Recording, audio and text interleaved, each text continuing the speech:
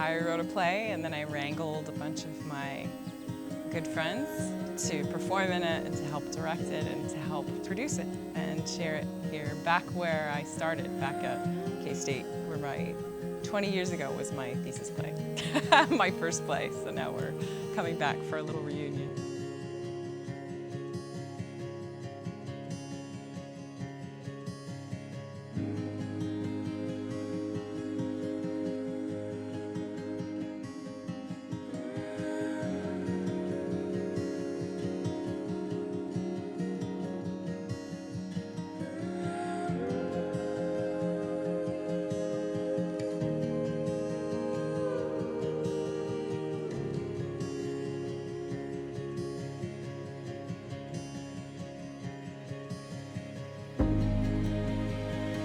I miss these people that I went to college with are people who I still speak to almost every day. And that was 20 years ago. And to be a part of this with them, beside them, I'm so excited to be back. And of course, anytime Paige has a play, I'm definitely in.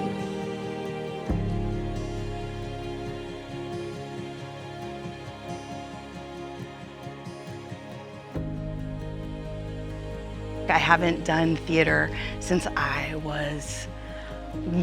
prefrontal cortex wasn't developed. And so I think it's an interesting experience to try it again, the whole process and the ensemble aspect and working together to create some art. You can't pass up an opportunity like that when it comes knocking. Always loved performing. Last play I was in was actually in this theater about 15 years ago. And the thing that drew me back was being with a lot of old friends, a lot of people that I've always looked up to. And so when you have somebody reach out to you to be a part of a group like that, I couldn't say no. I'm really excited. It's been cool to come back to performing because I haven't performed since I graduated college. It's just not like I haven't done any local theater or anything, and without that and without school, there's just like not really a chance to scratch that itch. And so it is, I didn't quite realize how innate it is in me and how like much of a passion it is until I wasn't doing it anymore. So I'm really, really grateful for this chance to get to do that again.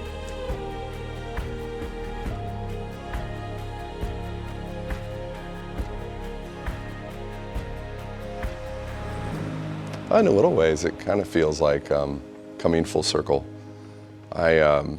I found my way through college, in part through our speech team and through the power of performance and language and persuasion, and it's led to really great career and all kinds of experiences. And here we are, kind of back where we started. And that feels really good and centering.